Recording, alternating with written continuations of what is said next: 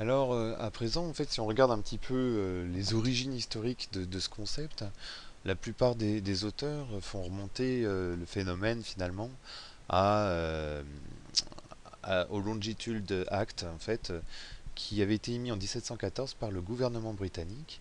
Et en fait, il s'agissait de faire appel directement, sous la forme comme d'un appel à projet, au peuple, aux foules, bon, qui étaient quand même plutôt des foules d'érudits quand même, en demandant si dans ces érudits, parmi ces érudits, il était possible de trouver quelqu'un qui réussirait à déterminer la longitude d'un navire en pleine mer et d'éviter ainsi de nouveaux accidents, comme celui qui s'était produit en 1707. Finalement, contre toute attente, la personne qui est parvenue à ce résultat n'était pas du tout parmi les plus illustres savants qui étaient pressentis. Alors ensuite, pour parler du crowdfunding lui-même, il a été énormément mis en œuvre au 19e siècle dans le domaine de l'édition, mais également, en fait, on a vu notamment des gisants dans les tombes, par exemple, qui avaient été financés par ce biais. Et là, ici, en fait, voici par exemple un exemple aussi très illustre, qui est celui de la Statue de la Liberté, qui a été financé par ce moyen-là. Donc la souscription publique et le crowdfunding, c'est finalement strictement la même chose, si ce n'est qu'en fait on utilise le média d'Internet pour réaliser ce genre de souscription. Alors après là ici vous avez la société Toyota en fait qui dès 1936 a réalisé son logo en faisant appel à une sorte de concours créatif tel qu'on en voit d'ailleurs aujourd'hui. Alors là, on est vraiment à proprement parler dans le crowdsourcing, puisque avec le web 2.0, finalement, on passe d'un web où la diffusion de l'information se fait un peu top-down, c'est-à-dire qu'en fait, il n'y a pas de possibilité d'interagir pour l'internaute et lui-même de produire de l'information. En fait, il ne fait que la lire. Au web 2.0 où là, réellement, l'internaute est à même de commenter, de taguer et lui-même de produire du texte, du contenu sur le web. Et alors Wikipédia, donc c'est en 2001, en fait est une encyclopédie dont le contenu a été entièrement créé par les internautes bénévoles. Et bénévoles et conscients, hein, c'est pour ça qu'on parle de crowdsourcing explicite, parce qu'on verra plus tard en fait qu'il existe aussi des formes où le travail n'est pas forcément totalement conscient. Alors, vous avez par exemple ici les sciences citoyennes. Alors là, je vous donne un exemple, c'est celui de l'herbier national du Muséum national d'histoire naturelle, dans lequel en fait le travail des techniciens de saisie après numérisation des spécimens d'herbier dans une base de données et confié finalement à des bénévoles amateurs de botanique sur Internet. Donc on va leur demander de transcrire des étiquettes en signifiant quel est le spécimen, son lieu de récolte, son année de récolte, le botaniste qui a fait également cette récolte. Alors une autre forme de crowdsourcing qui est très très intéressante, c'est celle du crowdsourcing rémunéré. Alors, l'image que vous pouvez voir là ici, il s'agit d'un automate qui au XVIIIe siècle était réputé avoir une intelligence artificielle et être capable de gagner aux échecs contre des humains. Et en réalité, on s'est aperçu qu'il s'agissait d'une supercherie puisque un humain était caché à l'intérieur de l'automate. Et donc en fait, ce que Amazon a voulu dire avec ça, c'est que bien souvent sur le web, on avait l'impression que des services étaient formidables et étaient le résultat en fait d'algorithmes très puissants, alors qu'en réalité, il s'agissait bien plutôt de masses importantes d'humains, de foules, qui ont réalisé finalement le travail. Et sur cette plateforme d'Amazon, ainsi, on peut avoir recours à près de 500 000 travailleurs de 190 pays. Ce qui veut dire que finalement, n'importe quelle société peut ainsi bénéficier d'une main-d'œuvre quantitativement est aussi dans sa diversité aussi importante que n'importe quelle multinationale. Ce qui change totalement les possibilités finalement de ces sociétés qui font appel à ces travailleurs et notamment des laboratoires de recherche américains. Alors on constate que dans la sociologie des travailleurs qui sont dessus, il y a beaucoup effectivement d'Indiens qui font ça parfois pour des besoins réellement alimentaires, et puis beaucoup aussi de jeunes Américains qui font ça un peu pour s'amuser, tout en arrondissant leur fin de mois. Alors, du point de vue quand même du salarié, ce qui peut également être intéressant, c'est qu'il y a certains salariés qui s'y retrouvent, puisque ça leur permet de travailler où ils veulent, quand ils veulent, pour qui ils le souhaitent, et puis aussi pour les tâches qui les intéressent le plus. Et puis, ils peuvent aussi être tantôt employeurs et tantôt employés.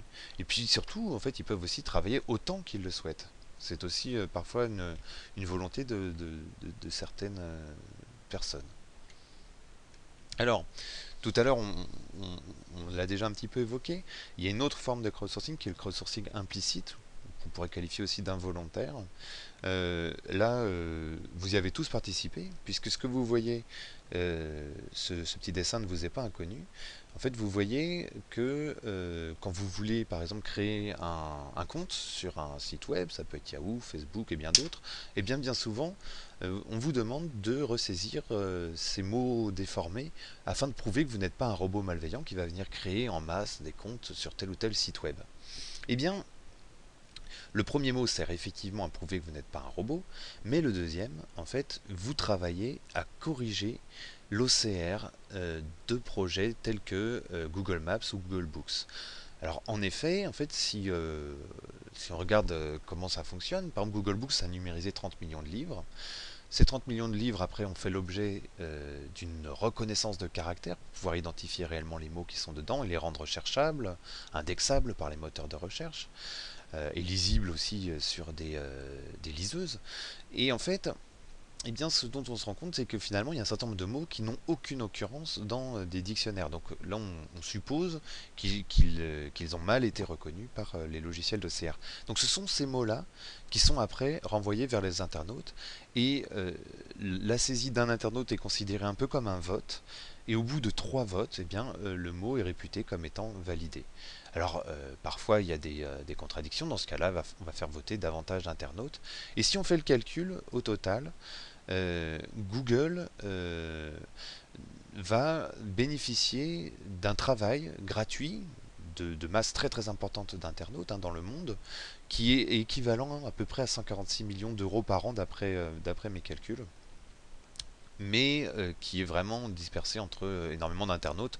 Il y a eu récemment un procès qui a été intenté à Google et que l'internaute bien évidemment a perdu, parce qu'il aurait pu exiger que quelques centimes de dollars en fait.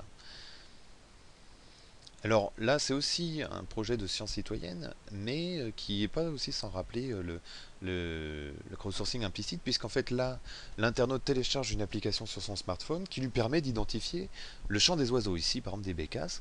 Eh bien, il bénéficie comme ça d'un service, mais en retour, comme son smartphone est géolocalisé, eh bien, il va renvoyer vers l'institution de recherche en fait le fait que telle espèce d'oiseau a été géolocalisée à tel moment et à tel endroit sur le monde.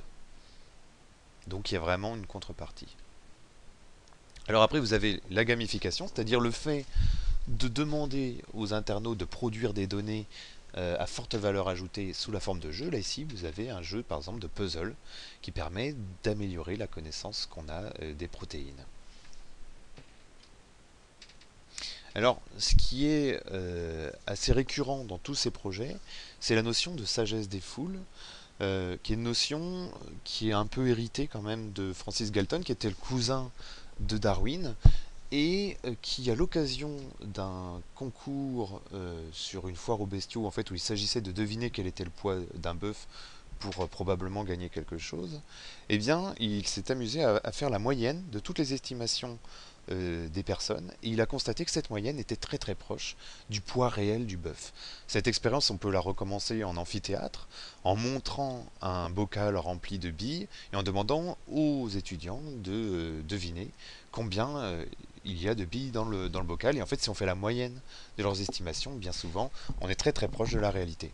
Et bien s'inspirant de ce phénomène-là, il y a notamment un projet d'une agence de renseignement américaine qui demande aux internautes de faire des prévisions géopolitiques euh, et qui les récompense en fonction de leurs résultats. Et par exemple, on peut poser la question aux internautes, est-ce que vous pensez que la France va vendre le célèbre porte-avions à la Russie avant le 1er janvier 2017 par exemple, et les internautes vont dire, tel internaute va dire oui à 53%, tel autre non à 42%, etc., etc.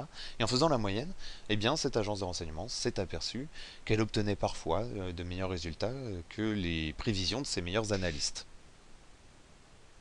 Alors pour conclure cette partie introductive, sur le crowdsourcing, en fait, ce qu'il faut retenir, c'est que bien souvent, en fait, en ayant recours à des amateurs qui n'ont pas été entre guillemets élevés dans le moule très normé du métier, eh bien, on peut avoir des vraies questions puis des vraies ruptures innovantes. Et c'est ainsi qu'en fait Eric von Hippel, qui est un théoricien du user innovation, lui, il estime que parmi les entreprises américaines qui sont dans le secteur innovant, que 46% d'entre elles avaient pour origine un simple bricoleur du dimanche, c'est-à-dire quelqu'un qui ne trouvait pas dans le commerce d'objets manufacturés l'objet qui correspondait vraiment à ses besoins, qui a été conduit à bricoler, en fait, à l'adapter à ses besoins, et petit à petit, en fait, ça s'est développé. Alors, pour mettre en place ce type de démarche dans nos institutions, dans nos bibliothèques par exemple, eh bien, une conduite du changement sera bien évidemment nécessaire.